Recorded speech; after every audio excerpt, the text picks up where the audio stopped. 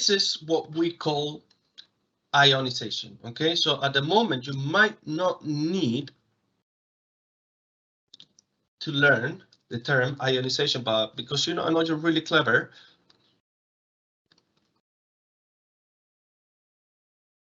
okay, I'm gonna just write it down here. So when an atom loses or gains an electron, that's called ionization. Now, if it loses an electron, it's losing a negative charge. So if it's losing a negative charge, it becomes unbalanced and then it will become positively charged. Okay. Now, if an atom gains an electron, it will be gaining one extra negative charge.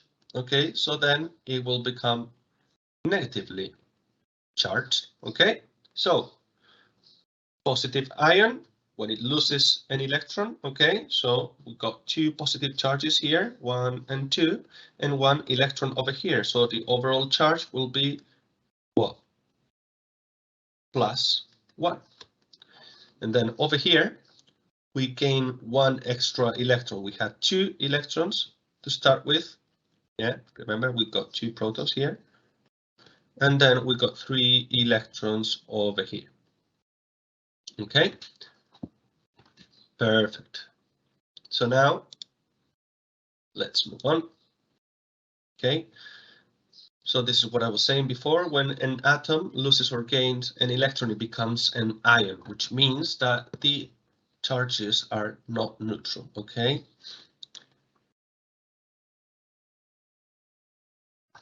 Okay, guys, let's see if you can answer this slide. Let's see if you get the correct answer. I'm going to give you 15 seconds. Should be enough.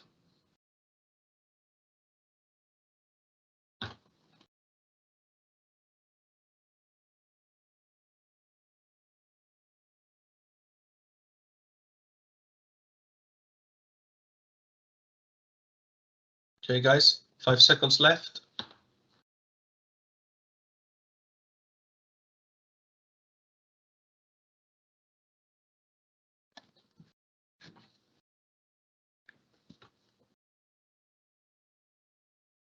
Three, 2, and 1.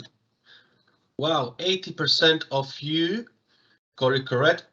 Guys, I know it might be confusing because you got the +2, meaning that it will gain 2 electrons, but that's not correct. We're talking about the charge. If it gains 2 electrons, the charge will be -2. Okay, it started with 0 because it was neutral, and then it's -2. Okay, so now sorry guys, go back. Electrical fields.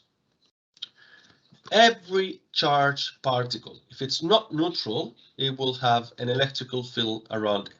Okay, an electrical field is an area in space where you can feel the force of an electrical charge. Okay, now if you get away from the charge, the field will get weaker.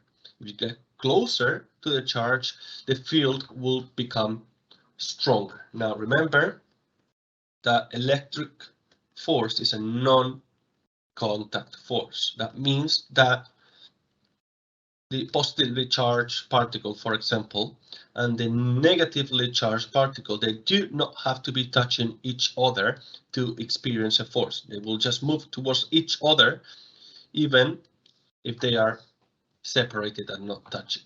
Okay, now let's move on to show how an electric field is represented. Okay, so this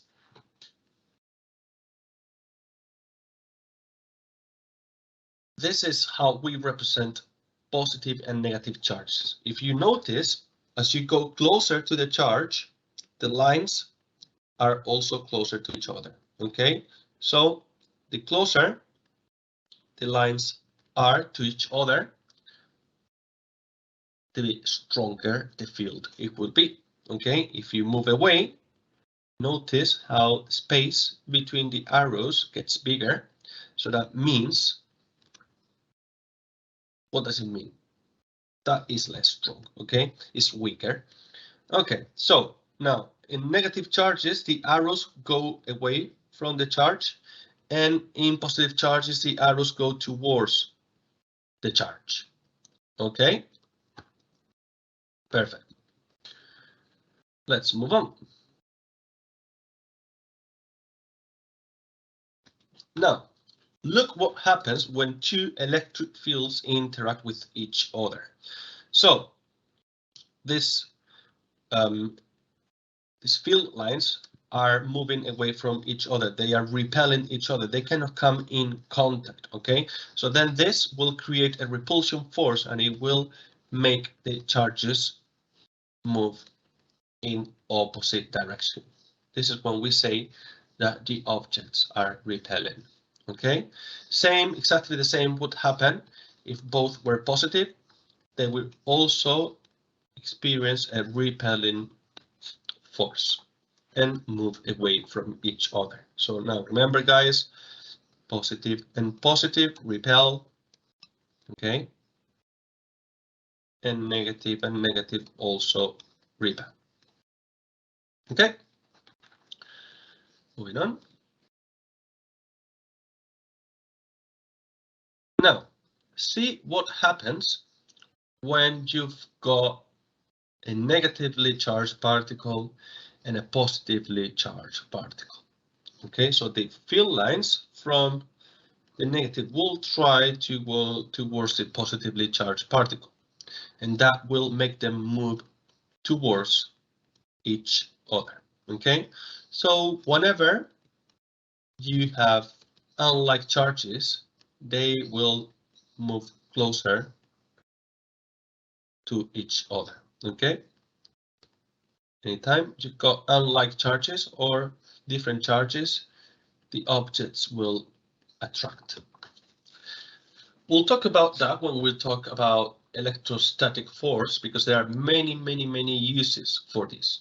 One of them, I'm gonna say it now, is to paint cars. Okay, if you charge particles of paint with negative charges, the paint will spread out evenly. There won't be any blobs of paint, right? Just imagine spray gun, yeah, spraying negatively charged particles of paint. They will all spread out evenly, and there will not be any blobs.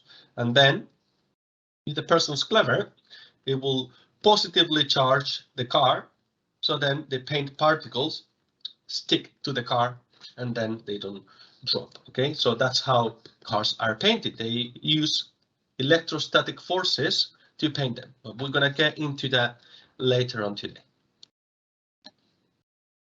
Okay, guys, another slide already for you.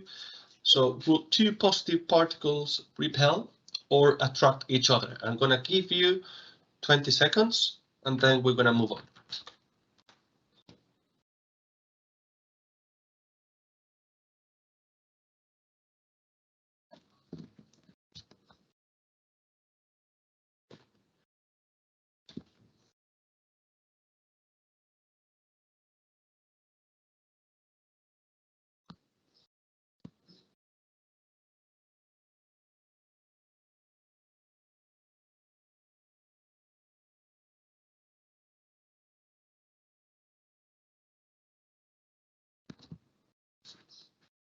Okay, moving on. Let's see. Okay, well done. So two like charges will repel. They will move away from each other. Well done. Okay, so let's talk about electrical conductors. Why are metals, for example, a good electrical conductor? Well, that's because they've got free electrons. Let me get into that in a second. Now, let's represent metallic lattice. So metallic lattice is represented like this. You've got lots of positively charged ions. Okay, this is a metal, any metal. Iron, copper, gold, silver, you name it. And then we've got lots of little electrons running free. Okay, so these electrons will be the ones responsible for transmitting electricity. Okay, these electrons will be able to move through wires, and then they will be able to provide us with an electrical charge. Now, there's other things that are not metals, such as graphite, okay, which also has got free electrons. The electrons are not fully attached to the atom. They're more free to move, and therefore they can move inside a wire and provide us with electrical energy. Things like wood, plastic, the electrons are very, very, very tightly packed inside the atom, so they cannot move freely, okay?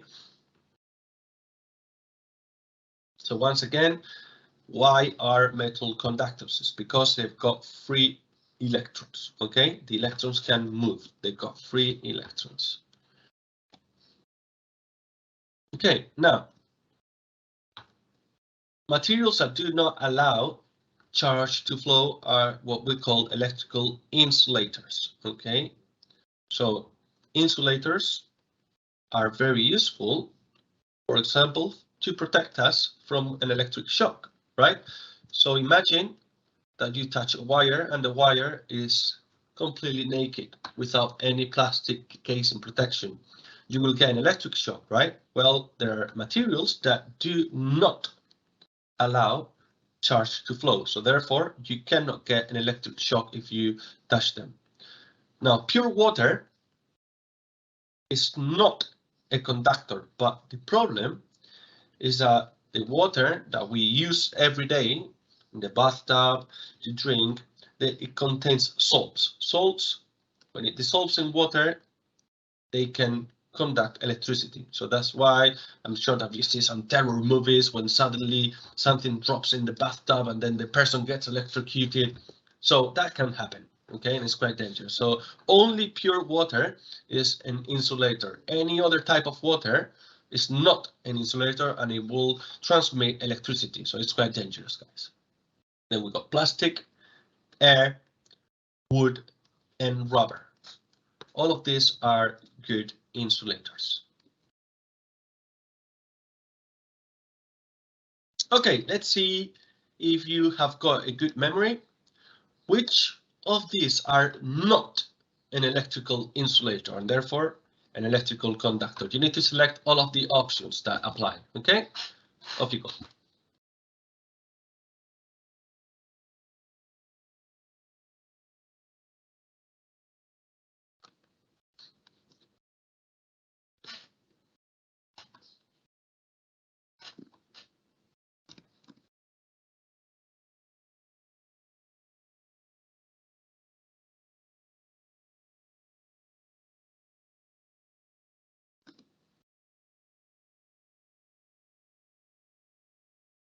Okay, I'm gonna give you 10 more seconds.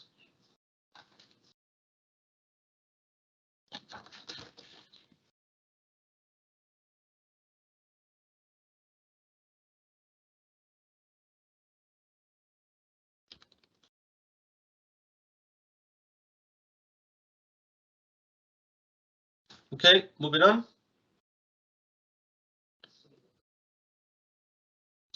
Well done. So most of you have selected copper, iron, and gold. Those three are very known metals, so they are not an electrical insulator. They can let charge flow through them. Okay, plastic, wood, cotton, and glass are indeed electrical insulators. Okay, moving on. So, static electricity. Have you ever just walk around on, I don't know, I've got carpet and from in all my house, and then touch someone, and then you feel a spark? Why does that happen? Well, that's because you are accumulating charge on an insulated object, okay? The insulated object could be you. Now, How does this happen? It's normally due to friction. So if you're walking around with your rubber shoes, you might be charging yourself with electrical charge. As I said, the electrical charge cannot flow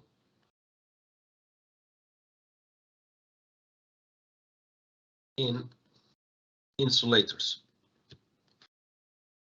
Therefore, it will accumulate. Okay, so if you're walking around, okay, with your rubber shoes, you're gonna get lots of negative charges staying in your body, and you won't be able to get rid of them until you touch another thing, an insulator, sorry, a metal, another person. Okay, so static electricity will never happen in electrical conductors. So a metal will never store static electricity. Why? Because the electrons will just move away, okay, and flow. It will only work on insulated objects. Okay, so have you ever used a Van de Graaff generator in school? If not, ask your physics teacher because it's a really cool thing. Basically, it's like a ball like that, and then you got a belt that rubs against plastic rod over here, and then a person needs to put their hands on there. Okay, they put both hands on there, and what do you think will happen?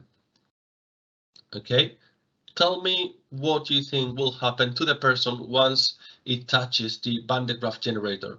Just bear in mind that we do not touch it while it's running, we touch it before and then we let it run. So what do you think will happen to the person once it touches for a long time and it keeps their hands on the Van de Graaff generator? Let's see, guys, what are some of your ideas?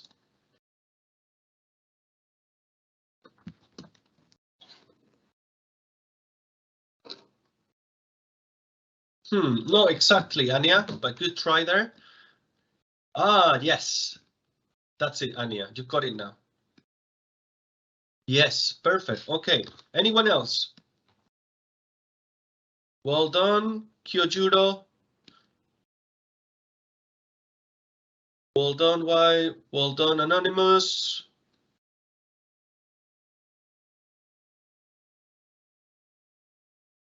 Okay, let's see, Maja, well done. Okay, yes, perfect. So their hair will stick up like that. Okay, so why is that? Well, it's because they got lots of charges, negative charges, that are repelling each other. So every hair will try to move away from each other. Therefore, it will all be lifted up.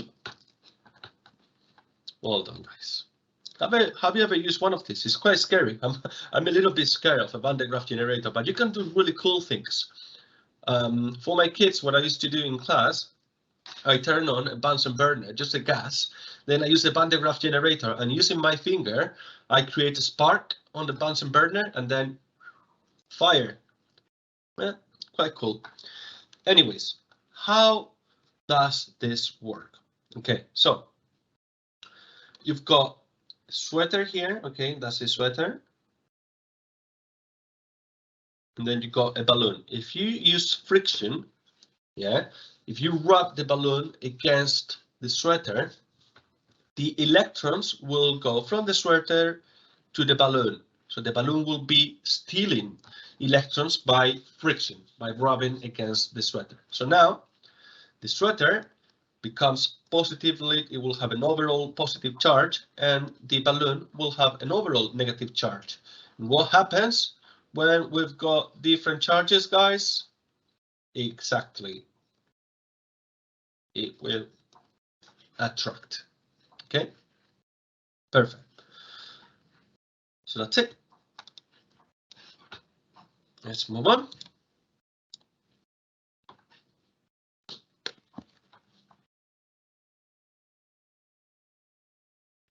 Think of it, guys. So we've got two balloons. We rub them against the same sweater. It's not a different sweater, the same sweater, and then we put the balloons together. Will they come close to each other So attract, or will they repel each other? So move away.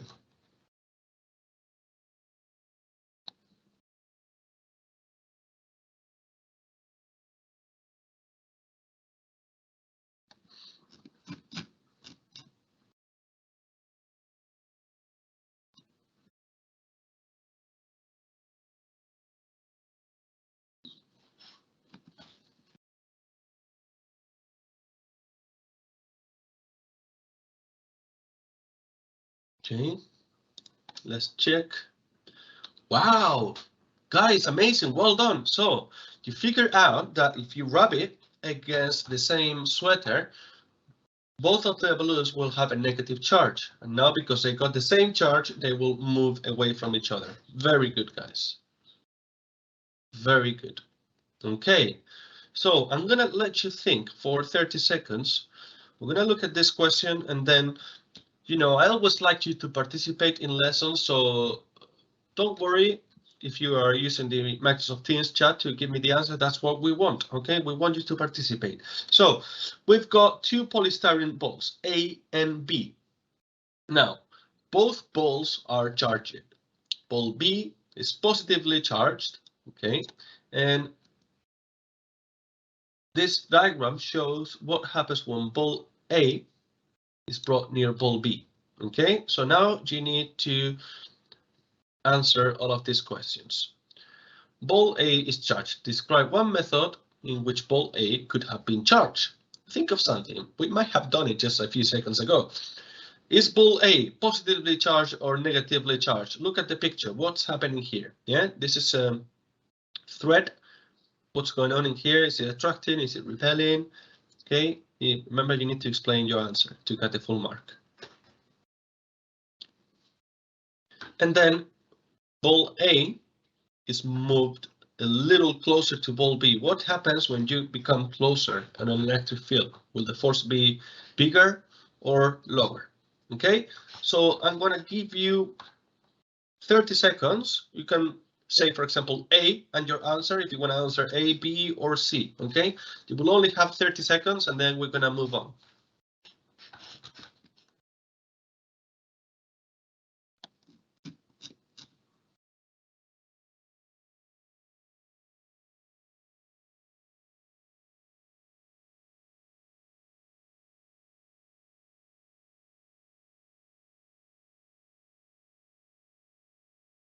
Okay, Agent Pro, it seems you're an actual pro because I think all of your answers are correct. Well done. That was quite quick as well. Okay, anyone else wants to answer? Surveying. Well done, that's correct. Well done, I. Well done, Haley.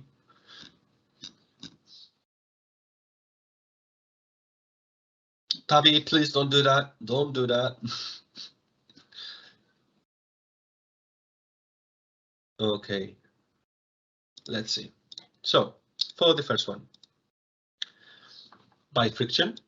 Many of you said by friction. Then the second one is clearly negatively charged because B is being attracted. The string is coming towards our negatively charged polystyrene ball. Okay. Now the explanation is just saying that B is attracted. Or some people might say unlike charges attract because these are unlike charges, right? Positive and negative. And then lastly, towards A, so it will become closer to A as the force is getting bigger, or to the left. Okay, both are good. If you set closer, that's also okay. So well done to those of you who got all of these three answers correct. It's really good. Now we've got a similar question. Kevin wraps the whole surface of two strips on the same plastic with a cloth. Guys, same plastic, okay? Now, he hangs strip X on a nylon thread. Then he brings strip Y near one end of strip X. What will happen if Kevin brings strips Y near the other end of strip X and explain your answer. Think about the charges, okay?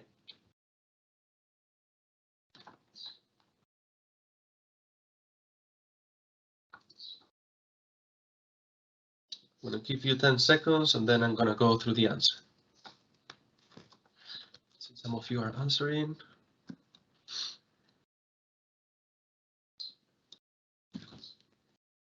Because at 11 o'clock, we're going to have a 5-minute break. So you can go to the loo, get some water, and then we're going to resume. Lunchtime is going to be from 12:15 to 1 o'clock.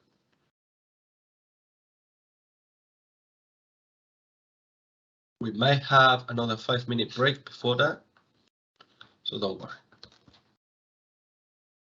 Okay, so let's go through the answers. Now, both charges are going to be the same, so you can say all of these things. It will be repel, it will move away, it will spin away, it will tilt away, anything that involves repulsion, okay? And then same thing. For the other question, it's exactly the same thing. It's the overall charge of the whole thing is negative, so it will still be repelling. So those of you who said repelling, well done, amazingly done, guys. Let's move on. Now it's your turn to fill in the blank. Rubbing the plastic strip with cloth causes the strip to become negatively charged. This happens because move from the cloth to the plastic strip.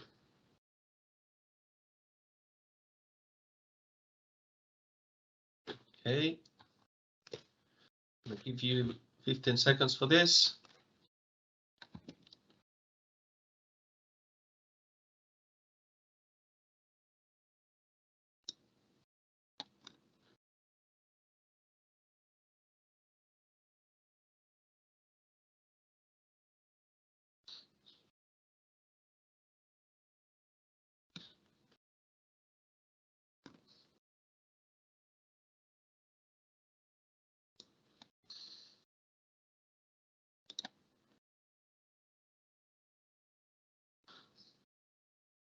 Okay.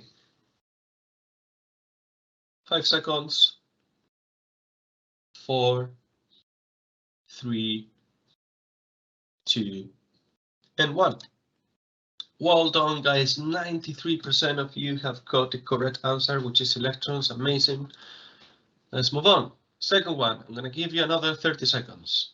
Rubbing the plastic strip with a cloth causes the strip to become negatively charged. This happens because electrons move from the cloth to the plastic strip. The cloth is left with what type of charge? Positive, negative, neutral. What will it be?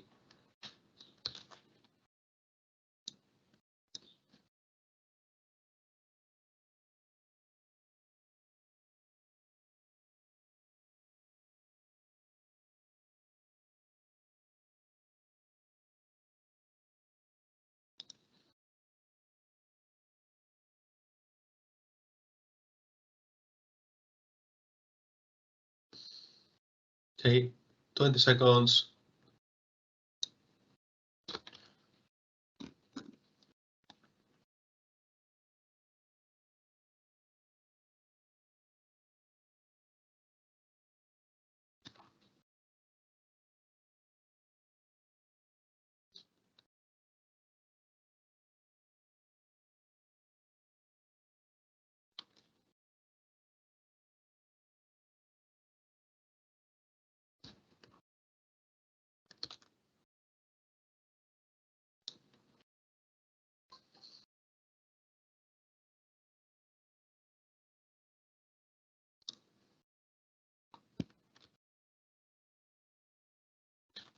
Hey guys, let's check your answers.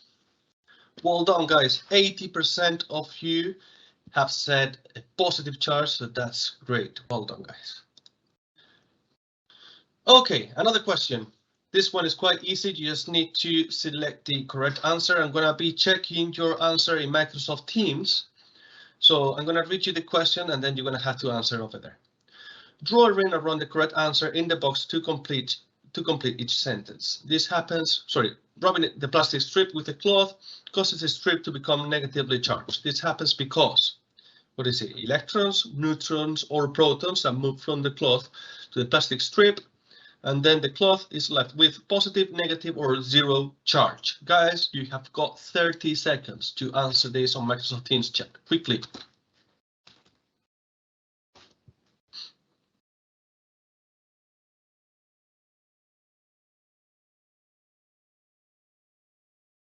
Okay, let's check.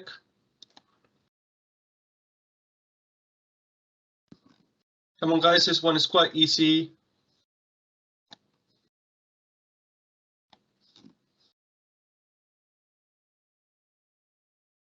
Okay, since most of you have got the correct answers, it's amazing. Well done, guys. So the answers are clearly electrons. So the electrons move from the cloth to the plastic strip, and then because we are losing negative charges, so this is the cloth, right?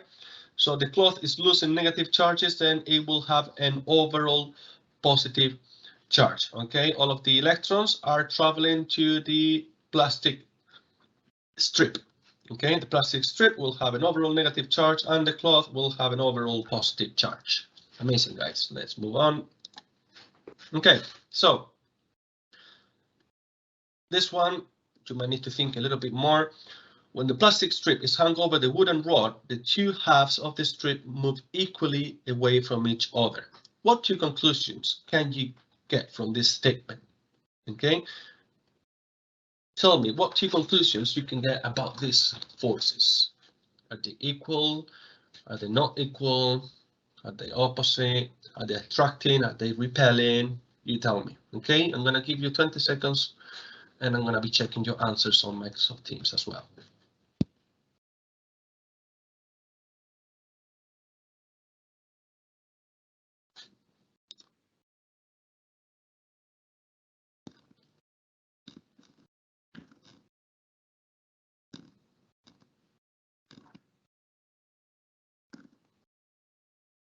Hey guys, this one is a little bit harder, no? This could be a year 11 question, you know? But you are all so clever that some of you might even get it. Let's see. Okay, so the forces are the same, okay? They're equal, okay? They're moving in equally same distance, so then they have to be equal, and they act in opposite directions. So that means that there's a repulsion force, okay? Now, it could be that they're both negative, they move away from each other, or it could be that they're both positive and they're also moving away from each other. Okay, well done, guys. Let's move on. Okay, another slide of questions, guys, for you to participate. Now, you should be answering quite quickly. You just need to choose between aluminium, glass, and rubber. So, which one do you think will be the best conductor? Okay, to move an electrical charge easily. Okay, which one will have a better flow of charge? 10 seconds left.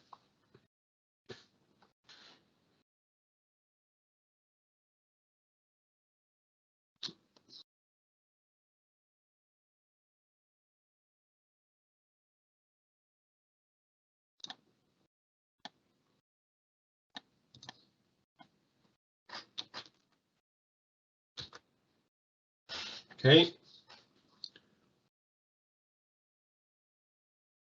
5, 4, 3, 2, and 1.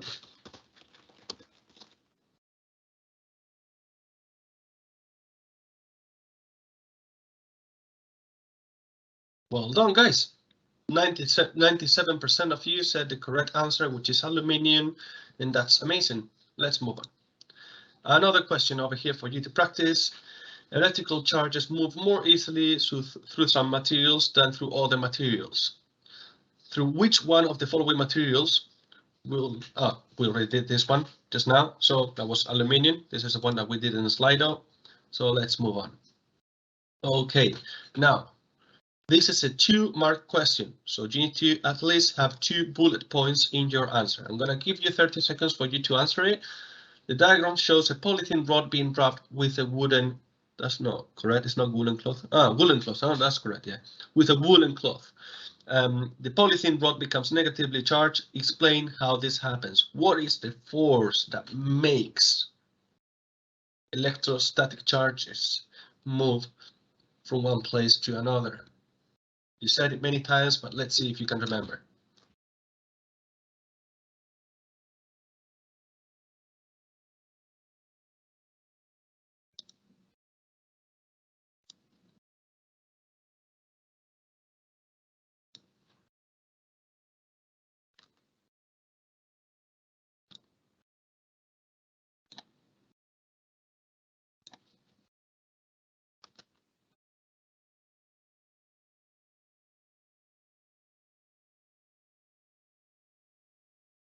Okay, some of you said some correct answers. Now, the electrons are transferred from where? From the cloth to the rod. Okay, now, if you said with friction, you might get an extra mark there. Okay, so some mark schemes will give you an extra mark just by mentioning friction. Okay, so well done. Wow. I remember, guys, that this question was in a year 11 exam. So if you're able to do this, that means that you are already on a very good path to get those best grades. So we've got an electronic balance here. Okay. Now we've got a polythene rod that stays on the balance, and then we held a second charge polythene rod on top of this rod, which is not touching. You can see there is a gap here. It's not touching. And watch what happens with the number over here. Okay, is it increasing? Is it decreasing? And why? Well, it's increasing, right? So now you need to explain why it happens.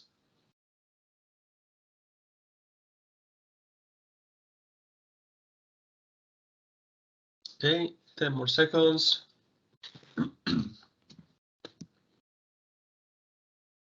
Then after this, we're going to have a 5-minute break. As I said, at 11 o'clock, we're going to have a 5-minute break. Okay, guys, thumbs up. So why is this happening? Well, because the rods are repelling each other. Now, it's 2 marks. So you need to say that the repulsion is creating a force that is pointing downwards. Okay, that's why the numbers on the balance are increasing, because there is a force that is pointing down. Okay, so the second question said that if you bring it closer to each other, there is a bigger increase in the balance reading. So what would you say about this? Well, when they're closer together, the force is bigger. If you remember from electric fields, let's represent one. Okay.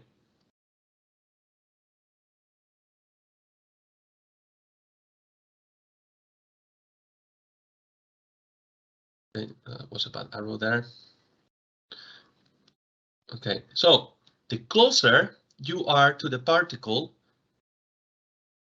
closer the field lines will be. If the electric field lines are closer to each other, that means that the force is bigger. If you are further away, then the force will be smaller.